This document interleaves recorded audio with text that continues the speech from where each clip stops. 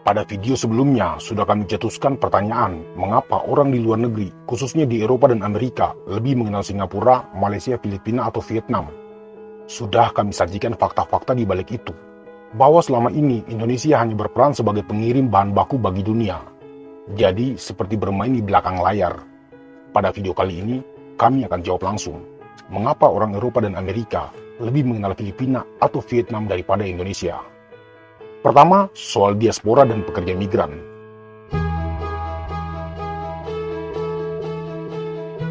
Jika kita bandingkan antara diaspora Indonesia dan diaspora Filipina atau Vietnam di Eropa dan Amerika, maka jumlah diaspora Indonesia terhitung sedikit. Meski populasi Indonesia besar, namun orang Indonesia lebih banyak memilih hidup di negeri sendiri. Berbeda dengan orang-orang Filipina yang menganggap tinggal atau bekerja di luar negeri adalah sebuah kebanggaan. Sebagian orang Indonesia menganggap kerja di luar negeri adalah sesuatu yang tidak membanggakan. Bagi orang Indonesia, bekerja di luar negeri menjadi TKI atau TKW di sektor-sektor informal adalah pilihan terakhir. Remiten dari sektor ini pun jumlahnya hanya 1% dari total pendapatan negara. Tahun 80-an ada istilah untuk menyebut para pekerja migran itu dengan sebutan pahlawan devisa. Sekarang istilah itu sudah tidak lagi relevan, karena uang yang dibawa masuk para pekerja migran tidak lagi signifikan seiring pertumbuhan ekonomi Indonesia. Sangat berbeda dengan Filipina, sumbangan devisa dari para pekerja migrannya mencapai 10% dari seluruh total pendapatan negara, data tahun 2019. Filipina adalah negara di Asia Tenggara yang paling banyak memiliki diaspora. Berdasarkan informasi dari SeaWorld.biz tahun 2019, diaspora Filipina masuk dalam 10 besar dunia dengan total 5,4 juta orang. Sementara laporan Organization for Economic Cooperation and Development atau OECD tahun 2016 mengungkapkan ada sekitar 1,79 juta orang Filipina yang tersebar di negara-negara maju. Jumlah ini pasti terus bertambah dengan data yang terbaru. Apalagi Filipina juga merupakan satu-satunya negara di Asia Tenggara bersama Timur Leste yang mengizinkan warganya untuk memiliki 2 status kewarganegaraan. Makanya komunitas Filipina banyak dikenal di negara-negara barat.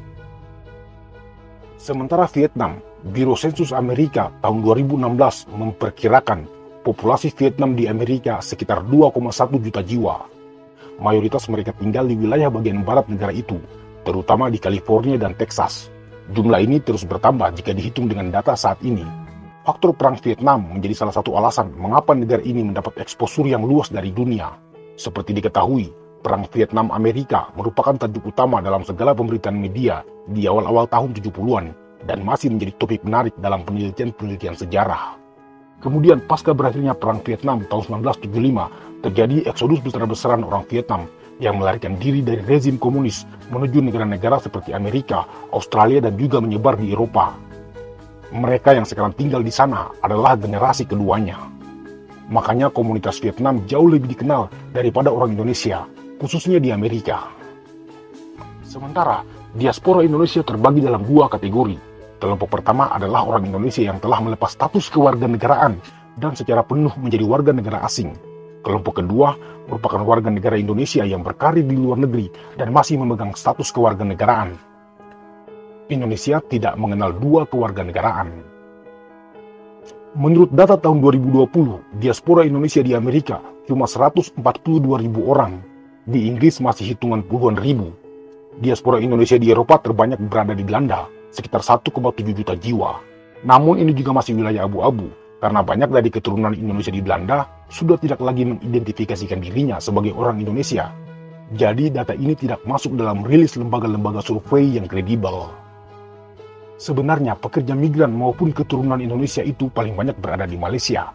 Data resmi soal ini belum ada. Namun diperkirakan sepertiga penduduk Malaysia memiliki darah Indonesia atau terafiliasi dengan Indonesia. Secara umum, orang-orang Indonesia yang bekerja di luar negeri jarang sekali memiliki niat untuk menetap, khususnya mereka yang bekerja di sektor informal. Banyak pekerja Indonesia selalu memilih pulang ke negeri sendiri daripada menetap ke negara lain. Hal itu juga dipengaruhi oleh adat dan budaya Indonesia yang sangat mengutamakan keluarga. Orang Indonesia selalu ingat pulang kampung, makanya pekerja Indonesia sangat kecil jumlahnya jika dibanding pekerja Filipina atau Vietnam yang menetap di Eropa dan Amerika. Oleh karena itulah, tak perlu heran jika warga lokal di sana lebih mengenal Filipina dan Vietnam dibandingkan Indonesia. Bahkan ada selentingan yang menyebutkan bahwa dalam pengumuman resmi atau selebaran di area publik di Amerika, ada yang menggunakan bahasa Tagalog. Namun informasi ini belum bisa diverifikasi. Kedua, soal industrialisasi. Kemudian kita bandingkan dengan Malaysia dan Singapura yang memang merupakan negara dengan ekonomi di atas rata-rata negara ASEAN. Dua negara ini lebih dikenal dunia daripada Indonesia karena proses industrialisasinya yang lebih duluan. Malaysia telah melakukan diversifikasi industri sejak tahun 80-an. Negara ini bahkan melakukan hal yang luar biasa dalam sektor ekonomi dengan menaikkan pendapatan per kapitanya berlipat-lipat hanya dalam satu generasi. Begitu juga dengan Singapura yang sangat dominan dalam bisnis jasa keuangan. Singapura telah dikategorikan sebagai developed country atau negara maju dengan fasilitas ekonomi pasar bebas terbaik di dunia. Dua negara ini dikenal dunia karena pengelolaan ekonominya yang sangat maju. Makanya jangan heran jika Singapura dan Malaysia jauh lebih dikenal dari Indonesia. Karena memang Indonesia terbilang terlambat dalam mengelola industri manufaktur atau melakukan proses hilirisasi. Selain itu, Malaysia dan Singapura tergabung dalam organisasi Commonwealth atau organisasi negara-negara bekas jajahan Inggris. Organisasi ini memiliki komitmen untuk saling membantu dengan tata kelola ekonomi, kesehatan, pendidikan, maupun inklusivitas teknologi. Dengan bergabung dalam organisasi ini, Singapura dan Malaysia lebih dikenal karena memang anggota Commonwealth ini tersebar di seluruh belahan bumi. Persaudaraan Commonwealth ini cukup kuat, jadi jangan heran jika banyak orang Singapura dan Malaysia menetap di Australia dan di negara-negara bekas jajahan Inggris lainnya.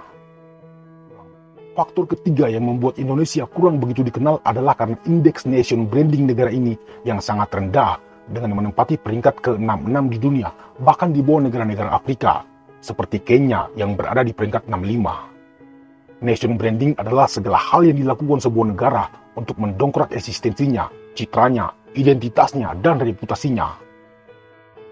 Menurut Simon Anholt, pencetus teori nation branding, ada 6 aspek penting untuk meningkatkan citra sebuah negara.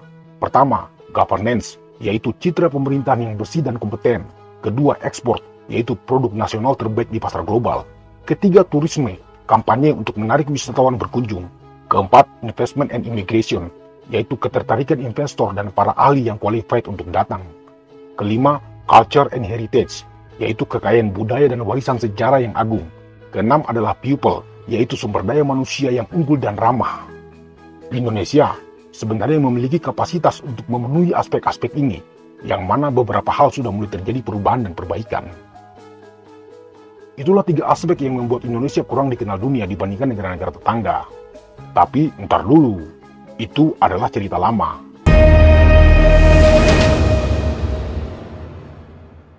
Hari ini, saat ini, sekarang ini, seiring perkembangan ekonomi Indonesia, progres pertumbuhan yang positif, dan munculnya generasi-generasi baru Indonesia yang lebih kapabel, serta kesuksesan Indonesia menyelenggarakan berbagai event internasional yang mendapat eksposur luas di dunia.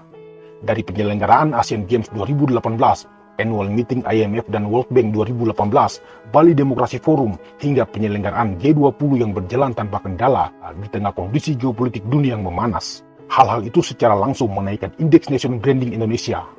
Apalagi didukung dengan perkembangan teknologi digital, Indonesia perlahan-lahan mulai menunjukkan eksistensinya kepada dunia. Platform sosial media dari Facebook, Twitter, Instagram, TikTok, YouTube dipenuhi oleh kreator-kreator dari Indonesia maupun dari luar yang sengaja menjadi pasar Indonesia dengan liputan tentang Indonesia.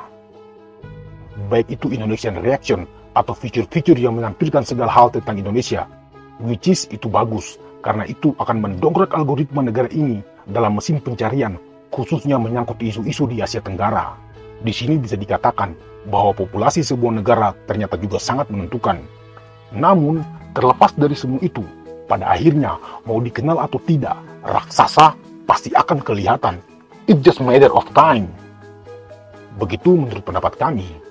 Atau kalian punya pendapat berbeda? Silakan komen di bawah.